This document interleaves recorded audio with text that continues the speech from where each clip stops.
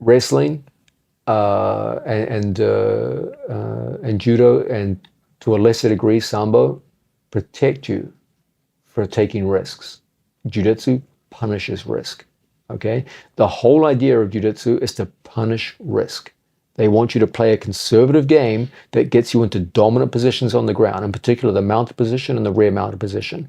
They're not looking for risk-taking maneuvers where you expose your back to your opponent. If you take risks in jiu-jitsu with position, you will be severely punished, and no one's going to come to help you. The ref is going to look at you and be like, yep, dig yourself out of that grave.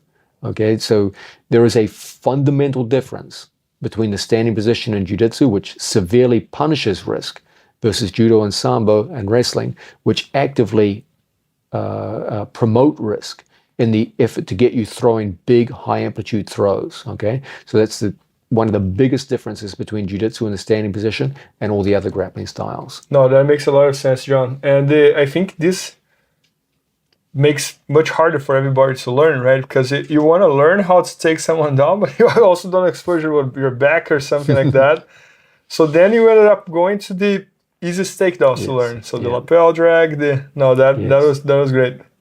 Now, Bernardo, I would say the third biggest difference between jiu-jitsu in the standing position and all the other great grappling styles of the world is that in jiu-jitsu, we only value the outcome of a takedown. In judo, the takedown itself is what is valued. Okay, it's the takedown that has the value. Same in wrestling. In jiu-jitsu, only the outcome of the takedown is valued. It's how you finish after the takedown that counts. Yeah, because that makes a lot of sense, John. Because if the person doesn't stay 3 seconds in the ground, you don't even get the points. Now, that 3-second rule doesn't get a lot of discussion in jiu-jitsu, but it has the deepest significance for the standing position in jiu-jitsu. In order to score in jiu-jitsu, you got to hold them down on their side, their back, or their butt for 3 seconds. Now, Bernardo, you know this better than anyone else. In a fight, 3 seconds is an eternity. It's a long, long time. Especially when you're... Like, it's not easy to hold someone down for 3 seconds immediately after a takedown when both of you are kind of unstable. 3 seconds, I'll say this again, it's very important. 3 seconds in a fight is a freaking eternity. And it's not easy to score under those conditions. Now, in judo and wrestling, it's the takedown itself which is valued. And so, let's say, for example, in wrestling, if I snap someone down to the ground and I go behind them, all I have to do is touch their knee on the floor and I score. In jiu-jitsu, I got to touch their knee on the floor and hold it there for 3 freaking seconds. That's hard. That's not easy at all. Okay. If I throw someone, I got to make sure that they stay down, either on their back or if they turn to their belly with one knee on the floor, 3 seconds. And this is not an easy set of conditions to fulfill. And another thing, like the mat size in jiu-jitsu is much smaller than in judo and wrestling, especially when it's not the finals or the semifinals. So on those 3 seconds, the guy can go out of bounds, run away, and then you start standing again. So. Now, ostensibly, you're not supposed to flee the mat like that, but there's ways to disguise it. You can play in the corners. Absolutely. There's definitely ways to do this. So scoring, it's not easy. Always remember, guys, in jiu-jitsu, it's the outcome of the takedown which is valued. I'll say it to you this way. Jiu-jitsu doesn't care about the takedown. Jiu-jitsu cares about what happens 3 seconds after the takedown.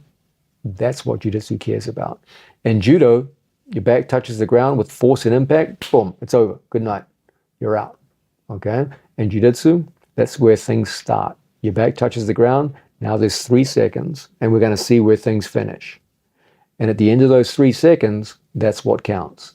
So I'll say it to you again. One of the biggest differences between jiu-jitsu and the other standing grappling arts is the idea that it's the outcome of the takedown. Specifically, 3 seconds after the takedown occurs, that's what's valued, not the takedown itself. And this strongly differentiates jiu-jitsu in the standing position from the other grappling arts. Yeah, no, that was a great point, John. Now, Bernardo, the fourth great difference between jiu-jitsu and in particular judo is the idea that there is a whole category of takedowns in jiu-jitsu that don't even occur in judo. These are takedowns where you take someone down to a prone position on their hands and knees. In judo, if I throw someone down to their hands and knees, it doesn't score anything. It's 0. In jiu-jitsu, that scores 2 points, the same as a takedown where you throw them on their back. You just got to hold their knees down on the floor, at least one knee, for 3 seconds. But there is a whole category of takedowns in jiu-jitsu that don't even exist in judo. Like, it's substantially different.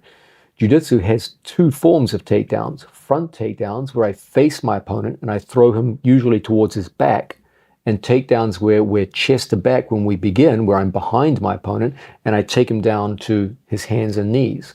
So this whole second category of takedowns don't even exist in the sport of judo, but we as jiu-jitsu students must be highly competent in these. They score the same points and they occur just as often. And so this is another important way in which jiu-jitsu differentiates from other grappling styles, judo in particular. No, that makes sense. So, John, if that's how jiu-jitsu is different, what do you think we need to go forward? I think one of the first things we need is the idea of a strong curriculum expressly designed or appropriate for the sport of jiu-jitsu. Okay, I have a simple way of grading the degree to which a takedown is appropriate for the sport of jiu-jitsu. As you probably guess, it has nothing to do with amplitude, because amplitude is not rewarded in the sport of jiu-jitsu. As I said earlier, the smallest takedown scores exactly the same as the biggest takedown. So the way in which I grade how appropriate a takedown is for the sport of jiu-jitsu comes down to a range of factors. The first is back exposure. The more a takedown exposes my back to an opponent, the more reluctant I'm going to be to use it in competition. Okay. The second will be neck exposure. If I get myself into takedowns where my neck is exposed to strangles from the front, that's never a good thing, and I'm always concerned about this. So back exposure and neck exposure are a big deal. Another form of exposure, which people don't talk about, which is very important for jiu-jitsu purposes, is belt exposure. In jiu-jitsu, you're wearing a belt, okay? Many takedowns which are common in wrestling, single legs, double legs, etc., make it very easy for an opponent to reach over the top and get a hold of your belt. Now, a belt grip is a very powerful throwing grip, and common moves in jiu-jitsu, such as a single leg, can be very strongly countered with uchimata or sumigeshi with a belt grip. So you've got to be careful about how much you expose your belt as an opponent reaches over your back and gets to your belt in the sport of jiu-jitsu. So these are real problems for the jiu-jitsu athlete. How much back exposure do we generate? How much neck exposure to guillotines, etc., to loop strangles do I generate with a given takedown? How much belt exposure do I generate? Another big problem for jiu-jitsu athletes is roll-through exposure. What is a roll-through? That's where I hit a high-amplitude throw, usually in a forwards direction, and the amplitude of the throw is such that when I hit my opponent, he grabs me and physically rolls me through. So I threw him flat on his back, but the net outcome of the takedown is me in bottom position. Okay, yep. You throw someone hard with a good uchimata, there's a very good chance you're going to get rolled through. And so you threw the guy. Under judo rules, you would have won the match. But in jiu-jitsu rules, you literally score nothing. You're underneath the guy, the outcome of the throw. And this is kind of upsetting. You hit what seems to be a beautiful, picture-perfect throw that would have scored you huge points in wrestling and would have won you the match in judo, and you find yourself with nothing, and now the match has barely begun and you're underneath your opponent. Okay, he might even be side control on you at this point. This is kind of upsetting. So the first criteria I look at in judging how appropriate is a takedown for the sport of jiu-jitsu, how much back exposure does it generate? Because if there's one unforgivable sin in jiu-jitsu, is back exposure. You can't expose your back to your opponent. Okay, that's the easiest way to get scored on in the sport. Okay. So you want to limit back exposure. You want to limit neck exposure. I don't want to put my neck right into a guillotine or a loop strangle, okay, going for a single leg. You got to be careful with this. Now, I'm not criticizing single legs. I think they're an important part of a jiu-jitsu curriculum, but you need to be aware that there is this problem of neck exposure there.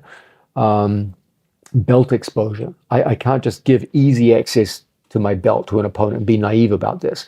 Now, again, there are some takedowns more than others that expose your belt to your opponent. Single leg's an obvious example. And then there's this idea of roll through exposure. There are many high amplitude takedowns that set you up to be rolled through. And then in jiu-jitsu, you don't score anything with that. So those are the criteria that I use to grade how appropriate is a given takedown for the sport of jiu-jitsu. And if you look at some of the takedowns that we specialize with in this first volume of feet to floor, you'll see, for example, that a collar drag has no back exposure. Yeah. There's zero back exposure. Yeah. You will see that it has zero neck exposure. If you hit a collar drag, there's no guillotine counter to it. There's no loop strangle counter to it. It's not even there. It's not even available. There's no belt exposure. You can't grab my belt when I try to do it. And there's no roll through exposure. Like a collar drag, there's zero roll. So this would be an example of something which is highly appropriate for the sport of jiu-jitsu. Yeah, I always like the collar drag a lot because even if you fail, you don't end up in a bad spot. Exactly. You end up probably with the guy on your half guard. Exactly. Yeah. Or something like that. Now we talk about this with the ankle pick, Kibisugeshi, same thing. When you go into an ankle pick, zero back exposure. There's no neck exposure. At no point does your neck go through underneath your opponent's arm and get exposed to a loop strangle or a guillotine or anything like this. There's no belt exposure. You're controlling your opponent's body at the length of your arm. You can't reach over your back and get to your belt. There's no roll through exposure. The amplitude of an ankle pick is so low that there's no danger of being rolled through. And so these two takedowns score very high on my criteria for are they appropriate for the sport of jiu-jitsu. There are others, Sumigeshi and Tomoe-nage, which we'll be looking at a lot in the second volume of the Feet to Floor series. Again, zero exposure. Zero exposure of back, zero exposure of belt, zero exposure of neck, very little danger of roll through. In fact, if there is any roll through in those cases, it's going to be in your favor. Yeah. So these are highly appropriate for the sport of jiu-jitsu. Then you'll look at a throw like drop seoi-nage, which has huge back exposure. Yeah. That's a big strike against it. No neck exposure, but a lot of back exposure. Okay. So this, I'm not going to say it's wrong to use it. It can be an effective part of your game, but you're going to have to be very smart about your applications, and you're going to have to be confident in your throwing skills to use it. This is not one where if you don't have... Yeah, it's the long-term project. Yeah, it's a long-term project. You can do it in the long term, but you're not going to learn this in 3 to 6 months. No, I agree. And the idea behind Volume 1 is we want you getting out there and scoring in 3 to 6 months. Yeah. And so I've been very careful in the takedowns that I selected for this first volume.